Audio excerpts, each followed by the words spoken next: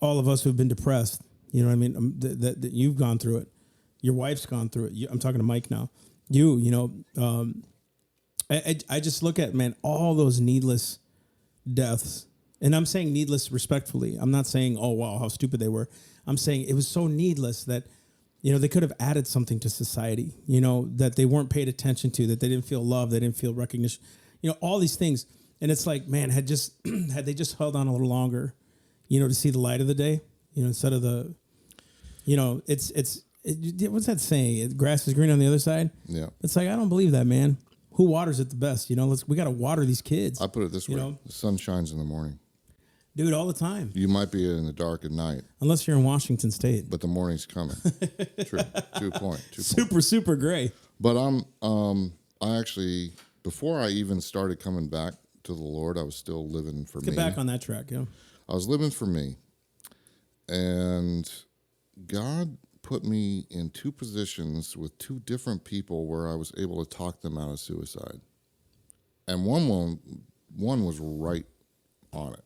I mean, she was going to go do it when I saw her. And I was not the perfect witness at that moment. I was actually intoxicated. And God gave me the words to say to her. And I talked her back. And I was like, okay, well, whatever. And the next one was a teenager. And what I talked her into doing was go to bed and see how you feel in the morning. Because that's how I used to get through it. I would know that if I went to bed, I could get some sleep. I'd wake up in the morning and things might look different. Yeah, clear head. Yeah. And that's a big one. Because, the Army taught me a really good lesson. Nothing stays the same. Everything always changes. If your life sucks right now, it's not going to stay that way forever. If it's good right now, it's not going to stay that way forever. Truth. So you better enjoy the good parts with a chokehold, because it's going to change at some point. And you're going to have to go through a little bit of suck. And don't dwell in it, because you're going to get through that too. Truth. So, yeah. God started working in my life again. How old were you? 24. And I'd spent 4 years telling him, I don't want to hear you anymore. Don't talk to me. I don't want to hear it.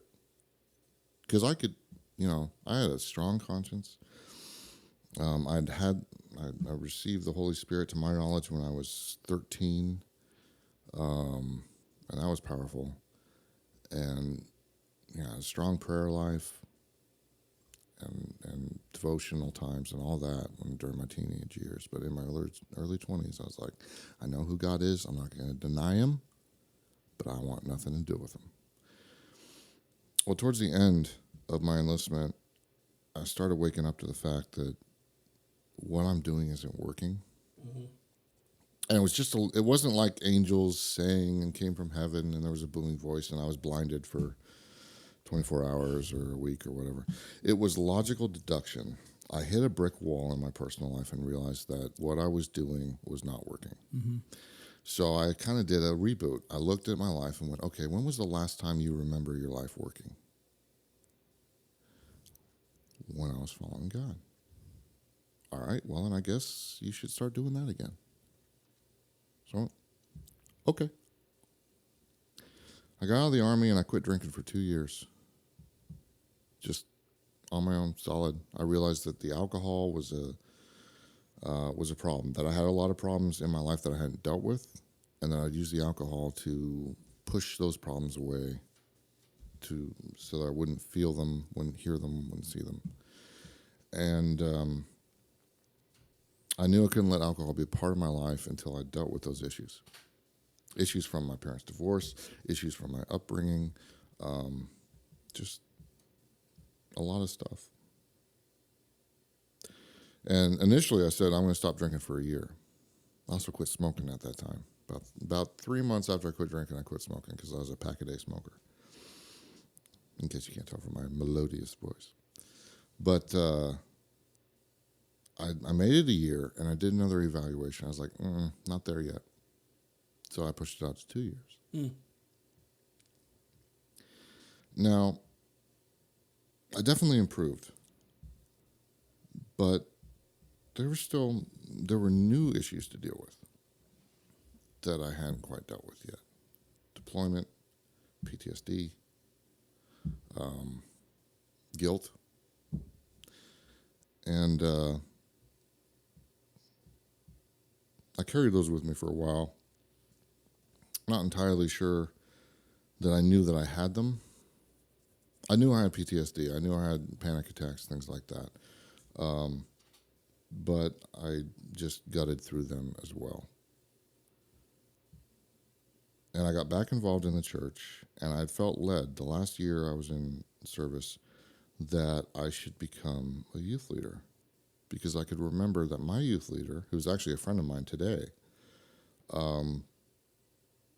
did a lot of positive work in my life during some very crazy times during my teenage years, my formative years.